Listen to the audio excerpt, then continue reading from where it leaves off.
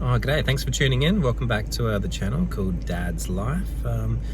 It's Saturday morning. It's 11:30 a.m. and to my pleasant surprise, I had a bit of a sleep in this morning. Woke up to the alarm at 6:30 rather than the usual 5:30 a.m. So off to a great start. The little boy, he's had a swimming lesson. It's his second swimming lesson and he's improved a lot. Really enjoyed it and did things this morning that he kind of froze up and didn't do last week. So it's been a good morning.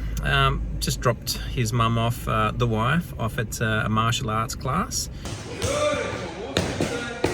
And now Dad has a little bit of free time on his hands, which is fantastic. So I thought I might just tune in and we'll continue the story with the Lost in the Jungle, my experience building a hostel backpackers resort over on Koh Chang in Thailand. Last video I spoke about my general living conditions with regards to staying in that little concrete room, which was pretty tough, and just getting the build progressed. In this video I just want to talk a little bit about some of the challenges I came across employing a local building team over there in Thailand as a foreigner, and how I got through that. So, bit of a backstory. I don't have any experience building, buying, selling houses, architecture, design, none of that stuff. I just had crazy amounts of ideas and a lot of will at that stage, and had a little bit of ability with capital at that time as well. So I got pretty busy sketching stuff up.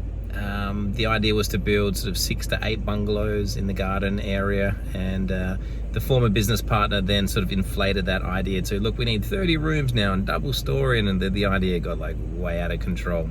In the end, definitely funds were the limiting factor, so ended up on probably about eight rooms in total. So back to the design process. I had a bit of a vision to have some bungalows out in the garden, and the front side of things where the bar was a bit more like a hostel where it had a couple of shared rooms and a dormitory as well. So that was the general vision. So just mixing sort of the best of both worlds. You could stay out in one of the deluxe or premium rooms in the garden, have a bit more privacy and a really nice sort of comfortable hotel-like experience to some degree, or you could stay in the front part next to the bar, socialize a bit more, share your room. Obviously that's also a bit more budget friendly for the backpacker too, so pretty keen to offer something for everybody. So I came up with some plans, some designs, and first up it was literally to fix up the roof that was in the bar area. But unfortunately halfway through that, once the building team pulled down the old roof and started to consider the plan to put a new roof on, then they turned around and told me actually to put a new roof on we're actually going to have to knock down these old supporting beams, which is just not strong enough. We have to put in big massive concrete columns to support all the weight of the steel, the new steel frame we're going to put up there that's going to hold the metal sheet roof. So that ended up sort of blowing the budget right out. It cost way more than I thought. I thought I was just patching up the roof or taking off the old kind of thatch stuff and just chucking on some metal sheet. Didn't realize that that's going to basically mean take the whole lot down and away we go again. But all right, sort of bigger picture in mind. It's going to be a nice sturdy, it's the front of house, it's the sports bar, it's the main area, so might as well use some good materials and make sure it's strong and sturdy and safe and all that. Everything kind of started off pretty well. The team that we employed, they would rock up every day. There was a fairly large group, maybe 6 to 8 people, and I could see a lot of progress happening, which was really, really pleasing, and everyone was really friendly to me, and it just seemed like everything was going swimmingly well. Can't exactly remember when it started to change, but it would have been a few months down the track where people just stopped turning up to work, and there'll be no one there for a few days, or there'll be one person with a welder working by himself, and I'd be left kind of wondering what the heck is going on here. This is half finished, and now there's no workers here and there's no sign of them coming back. I don't know what's going on. So then I had to sort of get out there and somehow try and track them down and get them back to work. Come to think of it, I do remember what happened a few times.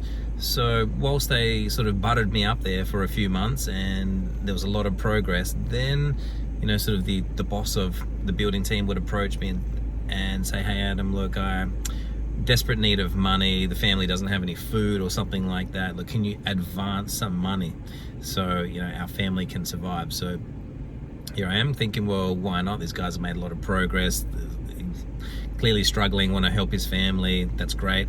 Not knowing that was going to have any negative implications on me and my project. So yeah, would sort of advance some money, whether it's 20,000-30,000 baht, I can't exactly remember now, but a bit of a chunk, just thinking everything else is going to go on as per normal, but I'm helping this guy out. But actually that was the catalyst for the team not rocking up. All right, now they've got cash in hands. Fantastic. What's their incentive for coming back to work? Well, I soon learned the hard way, no incentive. So they probably just went off and took another job and just left me in the construction site with a half-finished project at best, going, what the heck's going on here? So that's pretty stressful. Somehow I managed to get them back, I think, but that was definitely one of the turning points of just, yeah, so all those good vibes at the start, but you're actually pulling these types of pranks now. Don't like that, but look, willing to give it a second chance. Plus I need to get it built, and it's pretty hard to find other builders and stuff as well, so let's kind of get back to it. What was the next thing that we encountered that was a bit of a problem? Yeah, along the way, one thing stands to mind was like these guys were building the bar area, and they had to do the plumbing for the bar, so there was some drainage. We put some sinks in the bar so we could wash the glasses and so forth.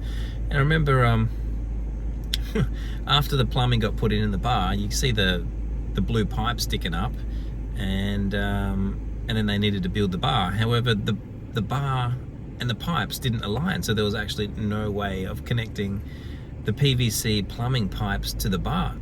And when I've just kind of gone to the guys, look, guys, this is clearly it's all wrong and it's got to change, they would then immediately point the finger at me and tell me that my design's wrong.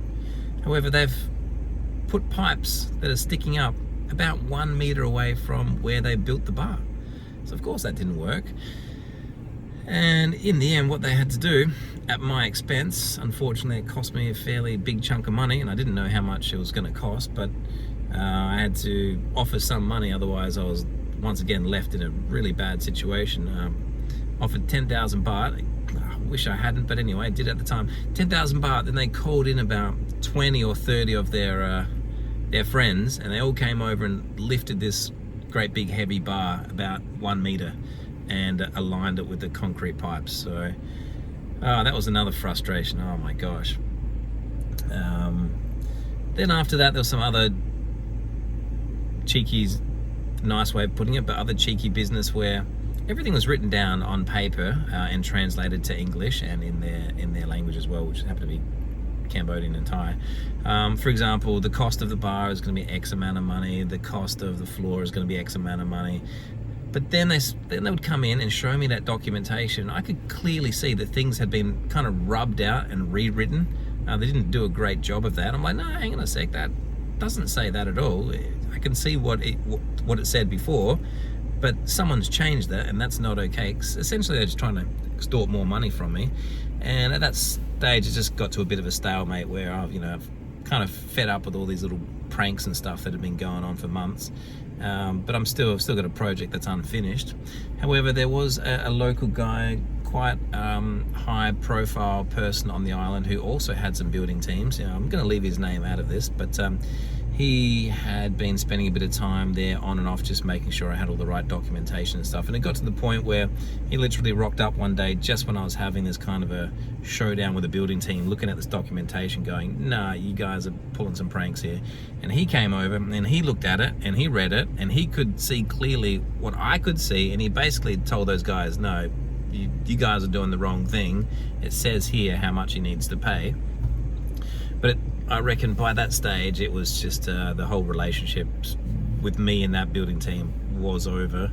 And so this new guy, I then had to turn to him and say, look, I've got an unfinished bar project, plus I need to build these bungalows out the back, plus everything else I need to do. So then we talked business and came up with a price, and whilst it's probably more expensive than I wanted to pay, it was reasonable, and I felt like I had no other chance.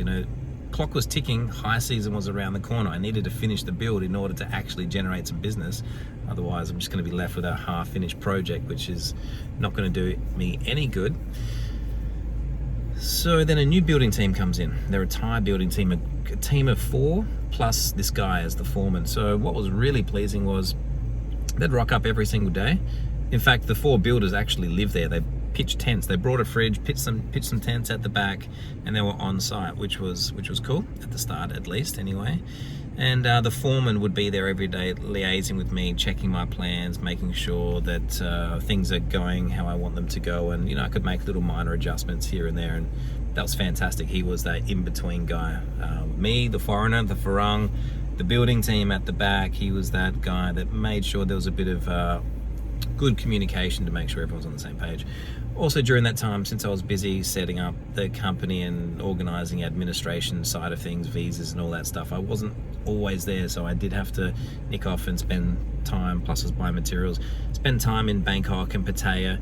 And unfortunately you can't be there every day, and when you can't, even though you've got good communication with somebody, some details are bound to get mixed and changed. I remember there was a time I got back from Pattaya, and they'd been building the bungalows at the back, which were coming along nicely. It got to the point where they needed to put the handrails in for the stairs, and just the position of the handrails was just so wrong. I couldn't believe what I saw there. Essentially, rather than put the handrails kind of on the outside of the steps, so you've got as much width, as much room as possible to go up and down, they actually put their handrail on and encroached about 20 centimeters on each side of the step. So you've got like a very cramped space to go up the steps.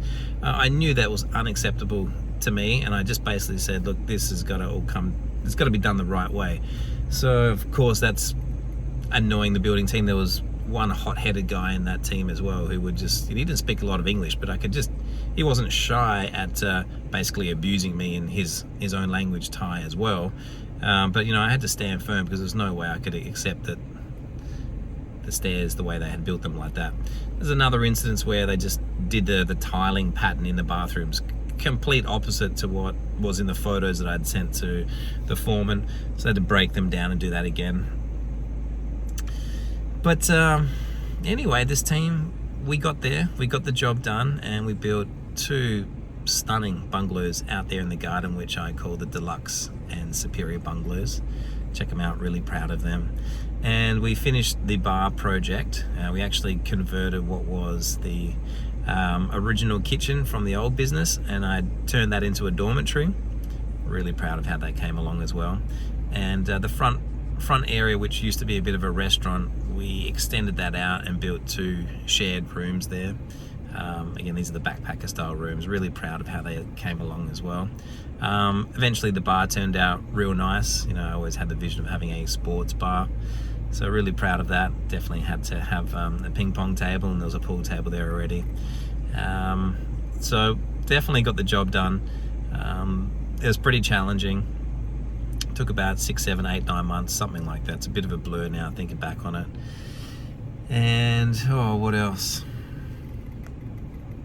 Yeah, so someone that had no experience, that was working with people from a different country in a different language. Surprised myself with the end result, but it took everything and some to be able to get the job done and to keep my sanity as well.